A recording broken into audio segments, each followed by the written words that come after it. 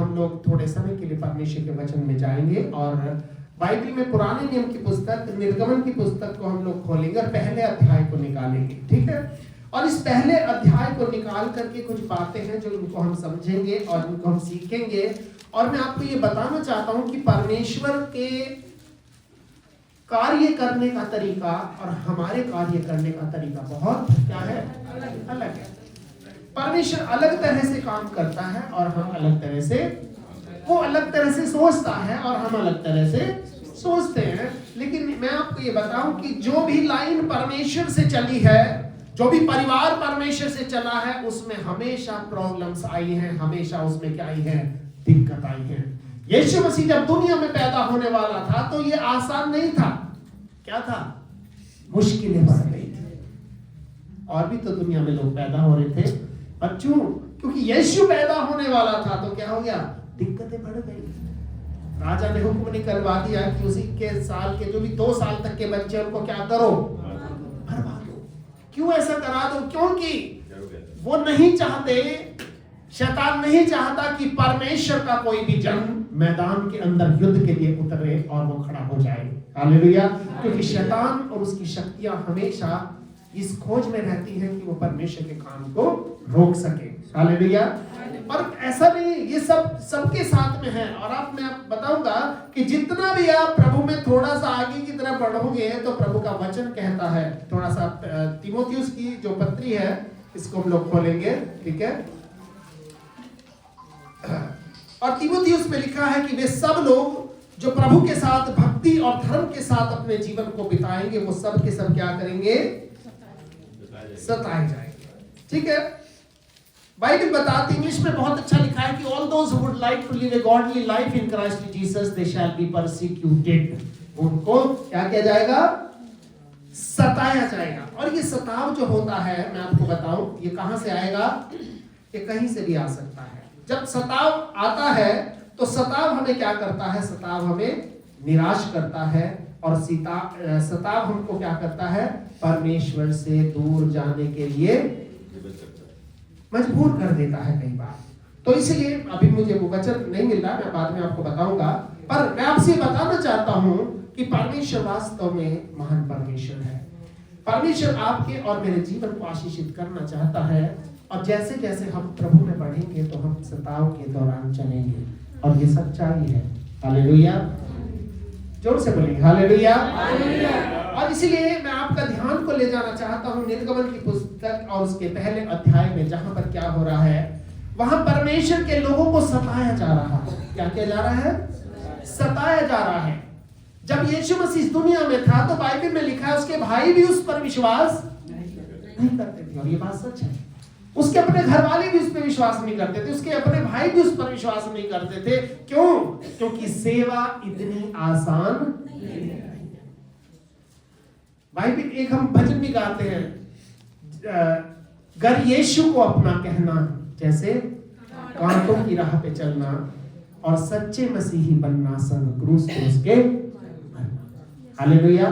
तो इसीलिए मैं आपको कुछ चीजें हैं जो अभी इस परमेश्वर के वचन में से बताऊंगा, ताकि हम सब लोग उसको समझ सके और देख सके कि किस प्रकार से हम ऐसे वक्त में भी दूसरों के लिए और अपने लिए एक आशीष का कारण बन सकते हैं। हालेलुया। जब आप निर्गमन की पुस्तक उसके पहले अध्याय को पढ़ते हैं, ये पुस्तक एक ऐसे समय में शुरू होती है कि इस समय इस्राएली लोग जो हैं वो मिस्र के अंदर क्या है, गुलाम है। हालेलुया।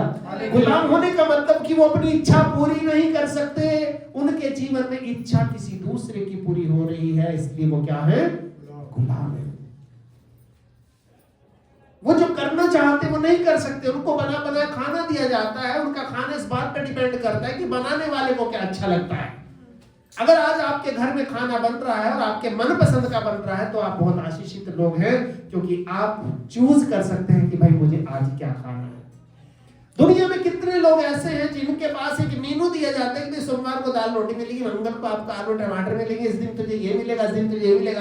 लेकिन हमारे पास, अगर हम अपनी इच्छा से कपड़ा पहन सकते हैं, हम अपनी इच्छा से खाना खा सकते हैं, अपनी इच्छा से अपने घर को रिनोवेट कर सकते हैं, तो हम, इसका मतलब दुनिया में बहुत आशीषित लोग हैं। हालेलुया।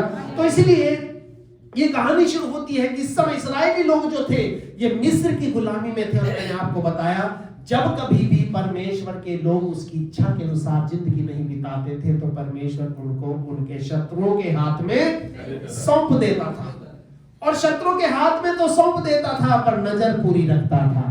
हालेलुया, नजर पूरी रखता था। इसका मतलब आज आपके जीवन में अगर कोई बीमारी है, कोई परेशानी है, कोई दुख है, कोई पीड़ा है या किसी ऐसी परिस्थिति से आप गुजर रहे हो तो आपको निराश नहीं होना, क्योंकि परमेश्वर ना सिर्फ अपना हाथ पर अपनी नजर आप पर रखता है। हालेलुया। और इसलिए यहाँ प्रभु का जो वचन है वो इस बात को बताता है कि ये सारे के सारे जो लोग थे ये क्या थे? गुलाम थे यहाँ पर, है ना। अब क्या हुआ, हालांकि ये गुलामी में रह रहे थे लेकिन उसके बाद भी ये फलवंत हो रहे थे, इनको आशीष मिल रही थी। 2 के 4, 4 के 5 ये बढ़ते चले जा रहे थे और इनके परिवारों में खुशी और आनंद बढ़ता जा रहा था। अब यहाँ पर एक राजा था, 8 वचन को पढ़ेंगे, क्या लिखा है? वो यूसुफ को नहीं जानता था। हाँ। मिस्र में एक नया राजा गद्दी पर बैठा जो यूसुफ को नहीं जानता था। हाँ। और उसने अपनी प्रजा से कहा, देखो इस्राएल हमसे गिनती और सामर्थ्य में अधिक बढ़ गए हैं। देखो इस्राएली हमसे गिनती हमारे बीच में रह रहे हैं, ये गिनती में भी बढ़ते जा रहे हैं और ये किसमें? सामर्थ्य में, यानी कि ताकत में भी ये क्या होते जा रहे हैं? बढ़ते जा रहे हैं। दुश्मन के बीच में रह रहे हैं, घर से दूर रह रहे हैं, परिवार से दूर रह रहे हैं, अपने प्रभु के भवन से दूर रह रहे हैं, लेकिन परमेश्वर की आंख इनके ऊपर लगी हुई है। हालेलुया। सामर्थ में हमसे बढ़ते जा रहे हैं। और आगे, इसीलिए आओ हम उनके साथ बुद्धिमानी से बर्ताव करें। इसलिए आओ हम उनके साथ बुद्धिमानी से बर्ताव करो। ध्यान रखो, जब आप बल, जब आप सामर्थ्य में, जब शक्ति में, कई चीजों में जब आप अपने परिवार में बढ़ने लगोगे तो कुछ लोग हैं जिनको जलन होनी क्या हो जाएगी? शुरू हो जाएगी। अब वो क्या करेंगे? वो फिर करेंगे भाई ऐसा है अब तो इसके साथ कुछ, क्योंकि हर आदमी चाहता है कि जैसे मैं हूं वैसे ही ये भी हो जाए। अगर मेरे बच्चे फेल नहीं हुए या मेरे बच्चे पास नहीं हुए तो इसके भी बच्चे पास नहीं होने चाहिए। अगर मेरे बच्चे बीमार रहते तो इसके भी बीमार रहने चाहिए। बहुत सारी चीजें ऐसी हैं जो शैतान को, उसके लोगों को आपके जीवन और परिवार की बिल्कुल अच्छी नहीं लगती। इसलिए लोग क्या करते हैं कि एक दूसरे को टांग खींचने में लगे रहते हैं और एक दूसरे को नीचा दिखाने में लगे रहते हैं। और वो कह रहा है आओ हम उनके साथ बुद्धिमानी से बर्ताव करें, कहीं ऐसा ना हो कि जब वे बढ़ जाए और यदि संग्राम का समय आ पड़े तो हमारे बैरियों से मिलकर हमसे बड़े लड़े और इस देश से निकल जाए। हाँ, मतलब ऐसा ना हो भैया, ये हमेशा बढ़ते जा रहे हैं, है ना। एक एक परिवार में 6-6 बच्चे, 8-8 बच्चे, 10-10 बच्चे होते जा रहे हैं। हमारे यहाँ हम 2 हमारे 2 वाला खेल चल रहा है। मतलब हम तो बिल्कुल ही कम होते जा रहे हैं और ये लोग क्या होते जा रहे हैं? बढ़ते जा रहे हैं। और ये किसमें? ये सामर्थ्य में भी, यानी कि इनके बच्चे ताकतवर होते थे, तकड़े होते थे, समझ रहे हो। और इसीलिए इनको क्या किया जाता था? इनको एक लेबर के काम पे लगाया जाता था। ये बड़े बड़े लट्ठों को, बड़े बड़े ईंटों को, वजन को जो है ये आराम से क्या कर लेते थे? उठा लेते थे। और इसीलिए अब ये क्या कह रहे हैं? इसीलिए उन्होंने उन पर बेगारी करने वालों को नियुक्त किया। बेगारी नियुक्त करने वालों को नियुक्त किया कि वे उन पर भार डाल कर उनको दुख दिया करें। तब उन्होंने फिरौन के लिए पितोम और रामसेस नामक भंडार वाले नगरों को बनाया। हाँ, भंडार वाले नगरों को बनाया। किसके लिए? फिरौन के लिए। फिरौन। और फिरौन किसको दिखाता है? शैतान को दिखाता है। अब ये फिरौन के यहाँ रह रहे हैं और इसके लिए भंडार वाले घर, भंडार को क्या बोलते हैं? Store houses. विदेशों में जो है वेयर हाउसेस बोलते हैं, जिसमें बहुत बड़ा बड़ा स्टोर करके बड़ी बड़ी कंपनियां जो है अपने सामान को रखती हैं, जो कि बहुत बड़े बड़े होते हैं, समझ रहे हो, जो बहुत बड़े बड़े होते हैं। इसलिए इनको किया जा रहा है पर अपना घर बसाया जा रहा है। यही काम शैतान आज दुनिया में कर रहा है। क्या? कि आपको इस्तेमाल कर रहा है। घर डॉक्टर साहब का भरा जा रहा है, घर वकीलों का भरा जा रहा है ना, पुलिस वालों का घर भरा जा रहा है, और दूसरी चोरों का घर भरा जा रहा है, बेईमान लोगों तक आपका पैसा जा रहा है। मतलब के भंडार उड़ के भरे जा रहे हैं और मेहनत हम कर रहे हैं। इसलिए बाइबल हमें ऐसा बताती है। 12 वचन को पढ़ेंगे, क्या लिखा है? पर जो वे उनको दुख देते गए, पर जो वो उनको दुख देते गए तो वे बढ़ते गए और फैलते चले गए। तो वे बढ़ते गए और दूसरी बात फैलते चले गए। इसीलिए वे इस्राएलियों से अत्यंत डर गए। इसलिए अब क्या हुआ, ये इस्राएलियों से डर गए। अब ये लोग इस्राएलियों से डर गए तो अब इन्होंने क्या किया तो मिस्रियों ने इस्राएलियों से कठोरता के साथ सेवकाई करवाई। कठोरता के साथ क्या कराई, सेवा कराई। आगे क्या लिखा है, और उनके जीवन को गारे ईंट और खेती के भांति के काम की कठिन सेवा से दुखी कर डाला। जिस किसी काम में वे उनसे सेवा करवाते थे वे उनसे कठोरता का व्यवहार करते थे। ठीक है। और 2 स्त्रियों को जो है अपॉइंट करा जो कि हेड नर्सेस थी। नर्स समझते हो, हॉस्पिटल में जो नर्स होती हैं वो सब नर्सों की हेड थी ये 2 स्त्रियां। और एक का नाम क्या था, शिप्रा, और दूसरी का नाम, और ये 2 हमारी भाषा में क्या बोलते हैं नर्स को, धाई समझते हैं, है ना। तो ये 2 नर्सें थी जो पूरी उसकी हेड थी। इनके अंडर में बहुत सारी नर्सें थी। तो उनको क्या जिम्मेदारी दी, पढ़ो। दाइयों को मिस्र के राजा ने आज्ञा दी कि जब तुम इब्री स्त्रियों को बच्चा उत्पन्न होने के समय जन्ने के पत्थरों पर बैठे देखो, तब यदि बेटा हो तो उसे मार डालना और बेटी हो तो जीवित रहने देना। हाँ, बेटा हो तो उसे क्या करना, मार डालना, और बेटी हो तो छोड़ देना। बर्तन मांज के अपना, हमारा काम ही आएगी, किसी काम की तो करेगी। बेटा होगा वो कल को अपना घर बसाएगा, अपने लिए परिवार करेगा, अपने लिए नाम करेगा। इसलिए क्या करना, लड़कियों को छोड़ देना और लड़कों को मार देना। आगे क्या लिखा है, परंतु वे दाइयां परमेश्वर का भय मानती थी, इसलिए मिस्र के राजा की आज्ञा ने मानकर लड़कों को भी जीवित छोड़। परंतु वे दाइयां परमेश्वर का भय मानती थी, इसलिए मिस्र के राजा की आज्ञा न मानकर लड़कों को जीवित छोड़ देती थी। क्यों? क्योंकि इनके मन में डर था, वो वही सर्वशक्तिमान परमेश्वर है जिसने इस्राएलियों के लिए बड़े बड़े काम किए। हालेलुया। अच्छा, तो परमेश्वर अब क्या है, दुश्मन के एरिया में रह रहे हैं, दुश्मन का राजा खिलाफ हो गया, दुश्मन के लोग खिलाफ हो गए, लेकिन ऐसी परिस्थितियों में भी परमेश्वर इनके साथ खड़ा रहा। हालेलुया।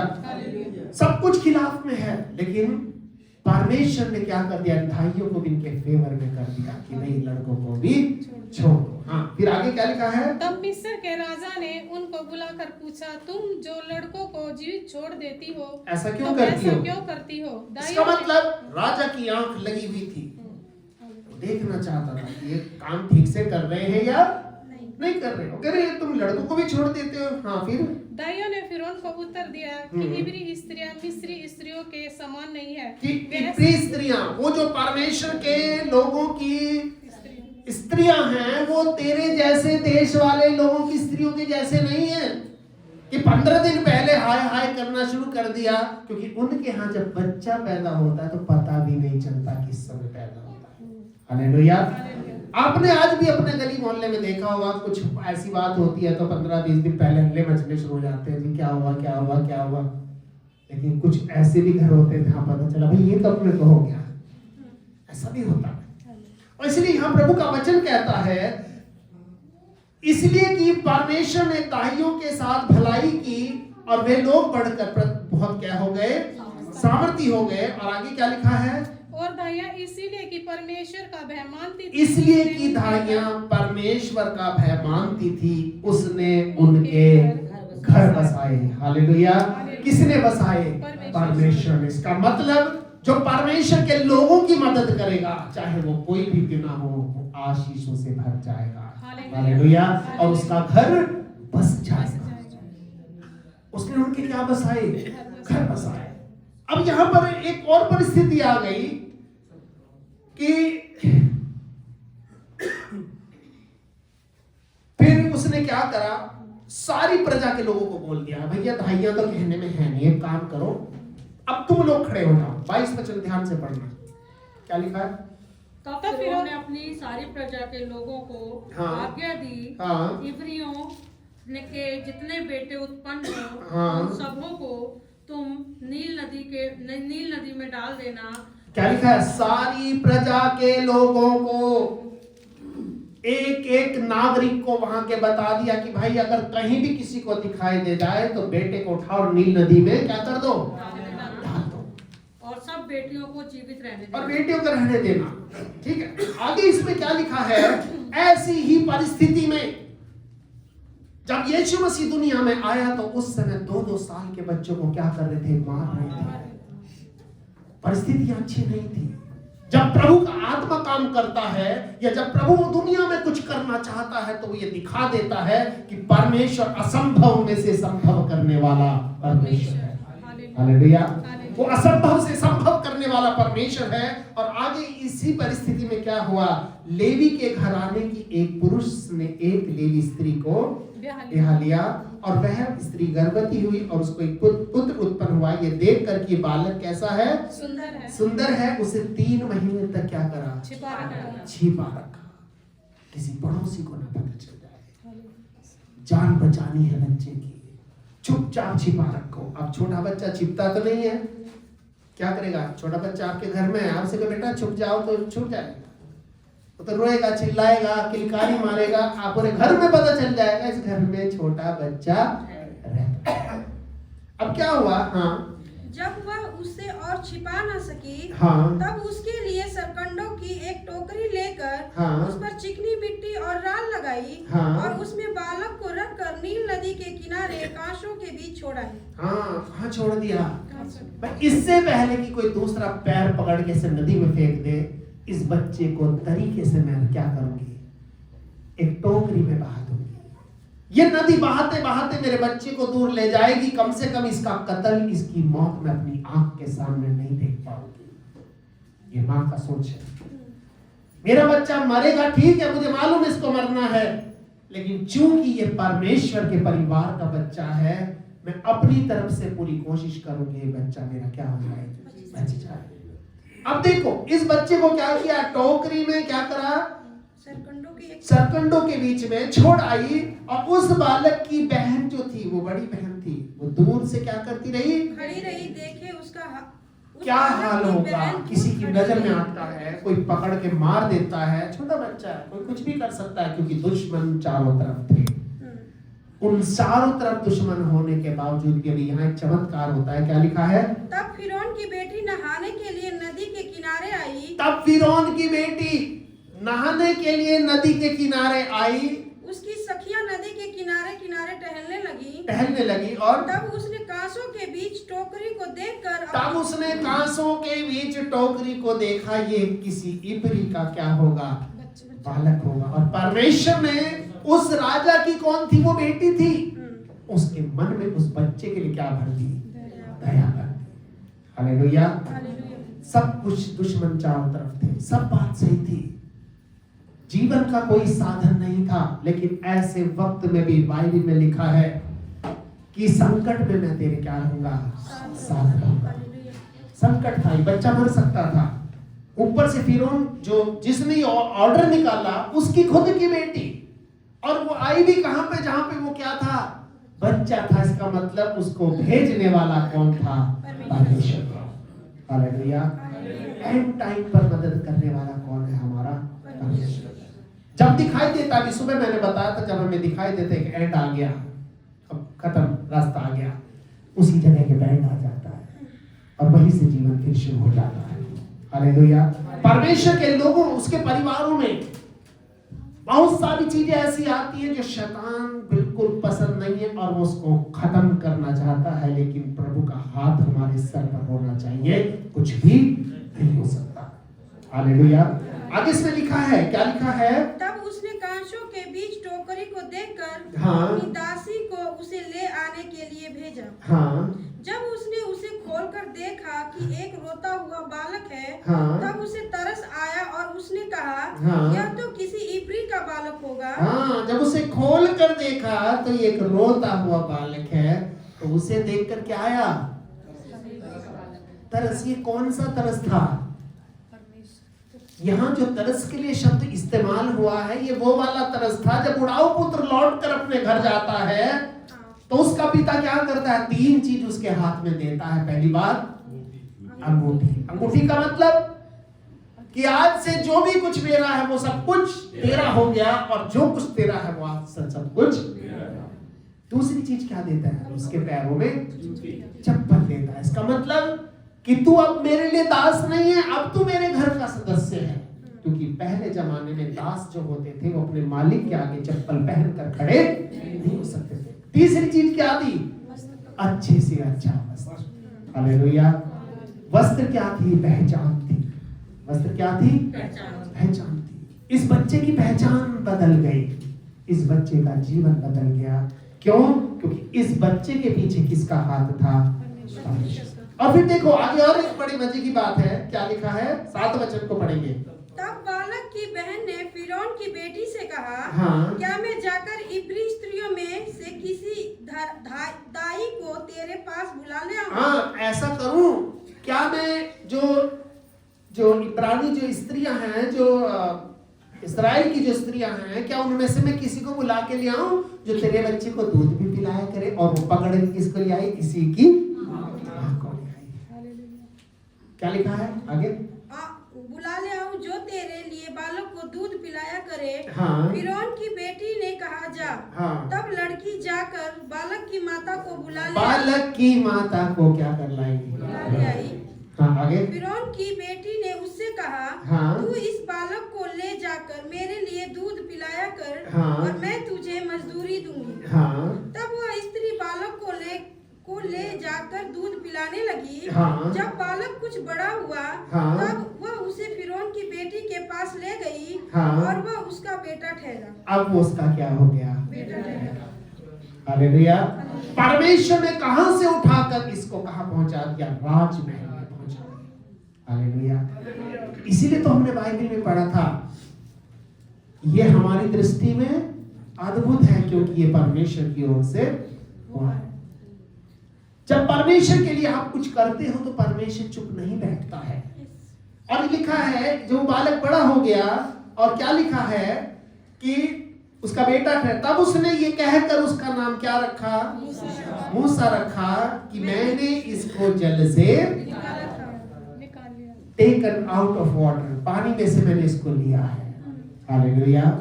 ये बच्चा पहले से बपतिस्मा लेकर के बाहर आया है। हालेलुया।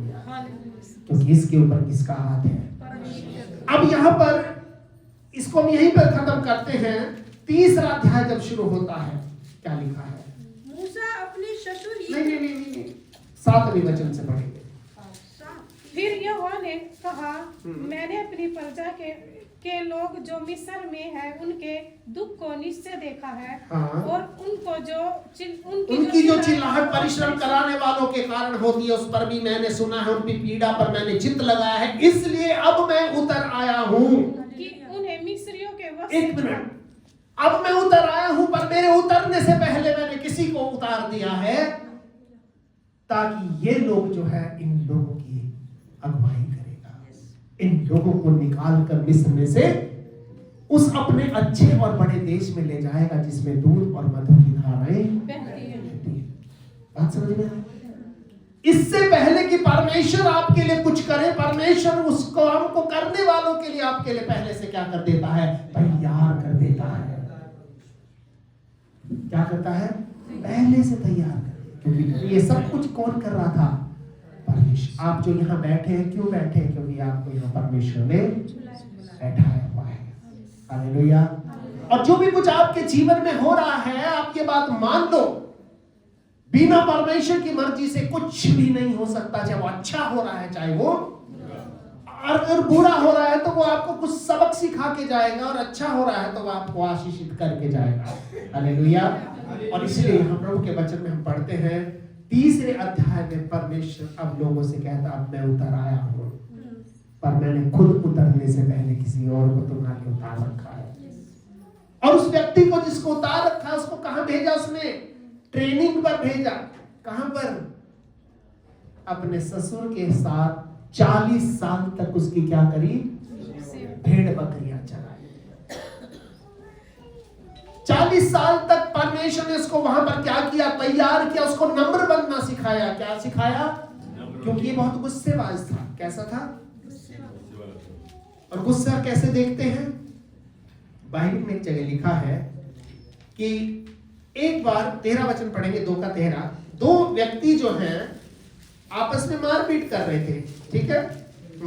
फिर दूसरे दिन बाहर जाकर उसने देखा। एक मिनट 11 से पढ़ेंगे 11। ऐसा हुआ कि जब मूसा जवान हुआ और बाहर अपने भाई बंधुओं के पास जाकर उनके दुख पर दृष्टि करने लगा, तब उसने देखा कि एक मिस्री जन उसके एक इब्री भाई को मार रहा है। हाँ, एक मिस्र का जो आदमी है उसके अपने भाई जो इस्राएली लोग थे उनमें से एक को मार रहा है। तो इसने क्या किया? उसने इधर उधर देखा कि कोई नहीं है, तो उस मिस्री को मार डाला और बालू में छिपा दिया। तब क्या किया? उसको मार दिया। कैसा था ये? धीरज वाला था, गुस्से वाला था, मिनट नहीं लगाया, उसको क्या कर दिया? मार दिया और बालू में छिपा दिया। अब परमेश्वर ने देखा भाई गुस्सेबाज आदमी मेरी सेवा, अब इसको मुझे स्कूल में भेजना पड़ेगा जहां मुझे इसका गुस्सा दूर करना सिखाना है और इसको धीरज रखना सिखाना है। अब ये कहां चला गया? एक परिस्थिति परमेश्वर ने बनाई। कौन सी? उसी के अपने लोगों ने उसको क्या कर दिया? भगा। 13 वचन पढ़ेंगे, बड़े ध्यान से पढ़ेंगे। फिर दूसरे दिन बाहर जाकर उसने देखा। दो इब्री पुरुष आपस में मारपीट कर रहे हैं। उसी के दो इब्रानी भाई हैं, वो लड़ाई कर रहे हैं आपस में। आगे उसने अपराधी से कहा, तू अपने भाई को क्यों मारता है? हाँ भाई, तू क्यों मार रहा? तेरा अपना भाई है, तेरी अपनी कौम है, तेरी अपनी वो है, क्यों मार रहा है इसको? आगे उसने कहा, किसने तुझे हम लोगों पर हाकिम और न्यायी ठहराया? जिस भांति तूने मिस्री को घात किया, क्या उसी भांति तू मुझे भी घात करना चाहता है? तब मूसा यह सोचकर डर गया कि बात निश्चय वह बात खुल गई है। और फिरौन ने बात सुनी तो मूसा को उसने क्या करा? घात करने की। भैया मैं मूसा को मारूंगा क्योंकि अब इसने मेरे लोगों को मारना। अब देखो परिस्थिति कैसी बना दी, या तो राजमहल में था और या फिर एकदम नीचे आ गया। ये क्यों हो रहा था? क्योंकि करने वाला कौन था? परमेश्वर। अब ये अपने ससुर के पास गया जहां पर जो है इसकी एक किसी से शादी की बात चली। उसने ससुर ने इसको 3 बार धोखा दिया, कहा किसी से शादी कराने को और कर किसी और से दी। उसने कहा ना भैया इससे मुझे करनी है, ये तो बेकार, मतलब उसको पसंद करनी थी। तो तब इसको क्या रखना? धीरज रखा। उसने कहा चलो और थोड़ी 7 साल और सेवा कर। उसने कहा चलो ठीक है और से लेकिन फिर भी यहाँ पर जो लेकिन फिर भी यहाँ पर जो यित्रो था, जो इसका ससुर था, तो यहाँ पर कहने का मतलब ये है कि वो याकूब का था, लेकिन मेरे कहने का मतलब कि परमेश्वर जो है इस व्यक्ति को जो यहाँ से भगा कर ले गया, इसको जंगल में इसने क्या करी? अपने ससुर की भेड़ बकरियों को चराया। तो वहां पर परमेश्वर ने इसको अकेले में इससे बात किया और इसको जो है जैसे याकूब को जो है क्या किया था? 3 बार धोखा मिला था। उसने क्या वहां से एक सबक सीखा, नम्रता का। इसने भी 40 साल तक क्या किया? अपने ससुर की भेड़ बकरियां चलाई और ससुर की भेड़ बकरियां चलाई। इसका मतलब क्या किया? इसने इंतजार किया 40 साल तक। जैसे सेवा को शुरू करने से पहले, गोलियत को मारने से पहले दाऊद ने भी क्या करी? भेड़ बकरियों को।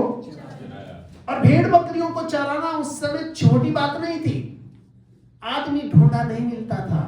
आज से 50 साल पहले, 40 साल पहले अगर पीछे चले जाओ तो गांव में अगर आदमी को आदमी मिल जाता था, आदमी खुश हो जाता था कि चलो बात करते करते रास्ता कट जाएगा। और आज आदमी को अगर आदमी दिखाई दे जाए तो आदमी डर जाएगा।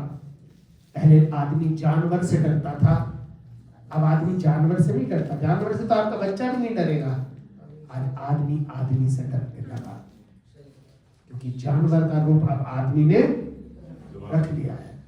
और इसलिए यहाँ प्रभु का जो वचन है वो हमें इस बात को बताता है कि इससे पहले परमेश्वर आपके लिए उतर करके आए, परमेश्वर किसी और को आपके काम के लिए क्या करेगा? उतार देगा। हालेलुया। और उतारने के बाद उसको क्या करेगा? तैयार करेगा। ठीक है, क्या करेगा? तैयार करेगा। और लिखा है 8 वचन में, 3 का 8 में, इसलिए अब मैं उतर आया हूं कि उन्हें मिस्रियों के वश से छुड़ाऊं और उस देश से निकाल कर उस बड़े देश में जिसमें दूध और मधु की धाराएं बहती हैं उसमें पहुंचाऊं। कहां से निकालेगा? मिस्र में से। और मिस्र क्या है? मैंने आपको बताया था दुनिया में 7 जो सबसे बड़े जादू होते हैं, उन सब में बड़ा जादू मिस्र का जादू होता है। सबसे 7वें नंबर का घटिया जो जादू बंगाल का जादू माना जाता है। समझ रहे हो? सबसे बड़ा जो जादू कौन सा होता है? मिस्र का जादू। और ये जादू क्या होता है? जादू में सच को छिपाया जाता है, झूठ को दिखाया जाता है, जिसके लिए लोग क्या करते हैं? ताली बजाते हैं। और ये झूठी दुनिया में से परमेश्वर ने आपको मुझको निकाला है इसलिए ताकि वो हमें एक अच्छे और एक बड़े देश में पहुंचाए, जिस देश में दूध और मधु की धाराएं। इसीलिए तो प्रभु के वचन में कहा है कि जो बातें कभी आंखों ने, जो बातें कभी कानों ने नहीं सुनी, जो बातें कभी मनुष्य के चित्त में भी नहीं चढ़ी, हम कहते रहे तो मैंने कभी सोचा भी नहीं था, वे ही है, लिखा है वे ही है जो परमेश्वर ने अपने से प्रेम रखने वालों के लिए क्या की है? तैयार की है। हालेलुया। इसलिए आज अगर आपके पास कुछ भी है, कोई परेशानी है, कोई दिक्कत है या कुछ भी है, तो इससे पहले कि आपके साथ वो दिक्कत है, परमेश्वर ने उसके सॉल्यूशन को पहले निकाल दिया है। पर आपको क्या करना है? वेट करना है, इंतजार करना है, क्योंकि परमेश्वर आपके लिए कभी चुप नहीं रहेगा। परमेश्वर आपको सही समय पर क्या देगा? आशीष देगा। और इस मूसा के द्वारा परमेश्वर ने क्या किया? इन सारे के सारे इस्राएलियों को क्या करा? मिस्र में से छुड़ा लिया। आगे कहानी बताती है, आप घर पे पढ़ सकते हैं। और किस प्रकार से इनको छुड़ाया, वो भी कौन था? परमेश्वर ही अगर उसके साथ ना होता तो वो कभी नहीं छुड़ा सकता। इसलिए प्रभु कह रहा है अब मैं उतर आया हूं, क्योंकि बाइबल लिखा है अगर वो परमेश्वर आपको मुसीबत में डाल सकता है तो परमेश्वर ही है जो आपको मुसीबत से बाहर। लेकिन आपको परमेश्वर की आज्ञा माननी है। अगर आज्ञा मानोगे तो मुसीबत में जाओगे ही नहीं। योना को मछली के पेट में क्यों चला गया? क्योंकि वो परमेश्वर से उल्टा जा रहा था। परमेश्वर ने कहा नीनवे को जा, वो कहां गया? तर्शीश को चला गया। इसलिए कहा मछली के, ना सिर्फ अपने लिए पर उन लोगों के लिए भी एक श्राप का कारण बन गया। जो व्यक्ति परमेश्वर से दूर भागता है वो अपने लिए नहीं लेकिन दूसरों के लिए भी एक श्राप का कारण। अगर आप परमेश्वर की तरफ भागोगे तो परमेश्वर आपके जीवन को क्या देगा? आशीष। हालांकि सफर बहुत मुश्किल है, सफर आसान नहीं है। दुनिया में जितने भी मंदिर बने उनके बाहर समय से पहले लाइन शुरू हो जाती है कि कब मंदिर के दरवाजे खुलेंगे। और हमारे चर्च के बाहर गेट खोला रहता है तो भी लोग सोचते हैं भाई कब तक आएंगे सब। क्यों? क्योंकि शैतान नहीं चाहता कि आप अपने जीवन में आशीषों को प्राप्त करें। आपको अपने जीवनों को आशीष से भरना है, आपके अपने जीवनों को आशीषों से प्राप्त करना है तो ध्यान रखना परमेश्वर हर एक चीज को आपके फेवर में कर देगा। ये भाइयां लिखा है इनके अंदर परमेश्वर का डर था और इन्होंने परमेश्वर के लोगों के साथ भलाई की। तो वचन कह रहा है कि परमेश्वर ने इनके भी क्या बसाए? घर बसाए। ध्यान रखना परमेश्वर ना सिर्फ हमें आशीष देता है पर उनको भी आशीष देता है जो हम लोगों की हेल्प करते हैं। हालेलुया। परमेश्वर के हम जो लोग हैं, कई बार पूरी बाइबल अगर आप पढ़ेंगे तो आपको पता चलेगा ये परमेश्वर की लाइन बड़ी मुश्किल से चलती थी, इसमें दिक्कत होती थी। अब्राहम की भी बीवी क्या थी? बांझ थी, उसकी कोई संतान नहीं थी। आगे इसहाक की बीवी क्या थी? उसको भी कोई संतान नहीं थी। आगे जैसे जैसे चलते हैं दिक्कतें परेशानियों में से हो करके ये सब के सब वंश चले हैं ताकि आखिर में लोग ये कह सके ये जो भी किया है किसने किया है? परमेश्वर ने किया।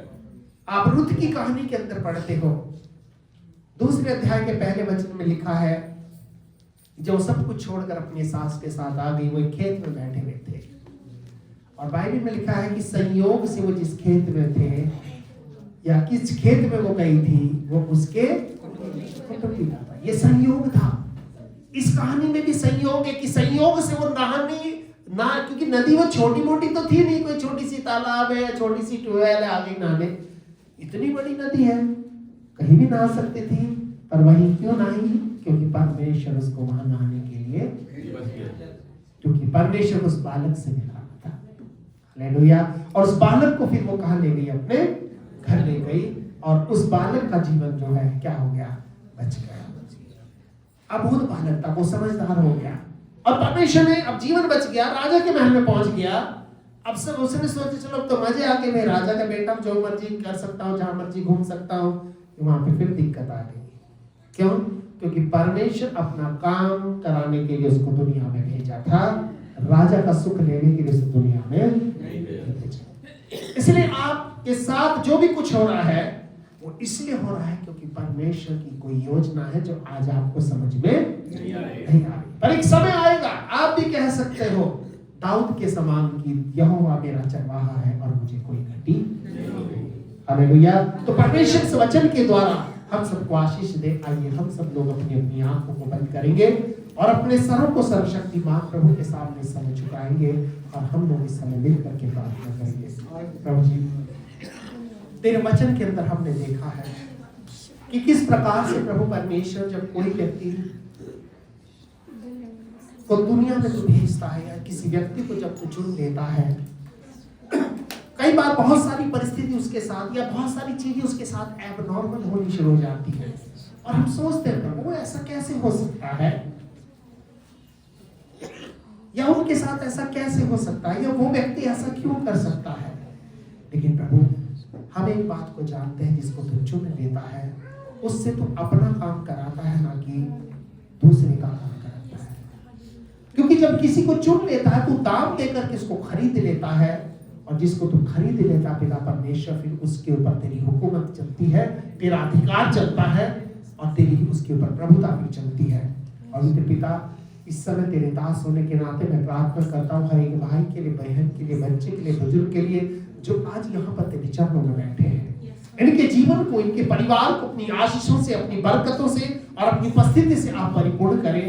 और पिता परमेश्वर इनके जीवन के अंदर भी अगर कोई ऐसा एंड आ गया है तो इनको तू बता दे कि एंड नहीं है, एक बैंड है, इसके बाद रास्ता मुड़ जाएगा और वो रास्ता होगा जो इनको इनकी मंजिल तक पहुंचाएगा। पिता परमेश्वर हर एक जन को तू आशीषित कर, तेरे वचन की बरकतें, तेरी वचन की आशीषें इनके जीवन में काम करे प्रभु। पिता जिस प्रकार से तूने पिछले दिनों इनको संभाला है, आने वाले दिनों में भी आप इनको संभाले और इनकी सहायता, रक्षा करें। सब कुछ आपके हाथ में सौंपते हैं और ये प्रार्थना करते हैं जब ये वापस अपने घरों में जाते हैं, इनके कदम प्रभु इनके घरों में पड़ते हैं, वहां पर तेरी उपस्थिति, वहां पर तेरी सामर्थ, वहां पर तेरी शक्ति और बरकतें बहने लगे प्रभु। अंधकार दुष्ट आत्माओं के हर एक कार्य उस जगह से यीशु के नाम से नष्ट होने पाए। वहां पर प्रभु तेरा मन्ना बरसने लगे, वहां पर तेरी आशीषें काम करने लगे, तेरी चंगाई काम करने लगे। अपनी बरकतों से भर और अपनी आशीषों से भर दे। सारा आदर महिमा आपको देते हैं और सब कुछ आपके हाथों में समर्पित करते हुए धन्यवाद के साथ ये प्रार्थना अपने उद्धार करता, मुक्तिदाता प्रभु यीशु के पवित्र नाम से मांगते हैं। इसे सुने और ग्रहण करें और हम सब जो लोग प्रभु के हैं मिल करके कहेंगे आमीन। अब हमारे प्रभु यीशु मसीह का अनुग्रह, पिता परमेश्वर का प्रेम और पवित्र आत्मा की सहभागिता से लेकर हमेशा तक हम सब लोगों के साथ होती रहे। आमीन।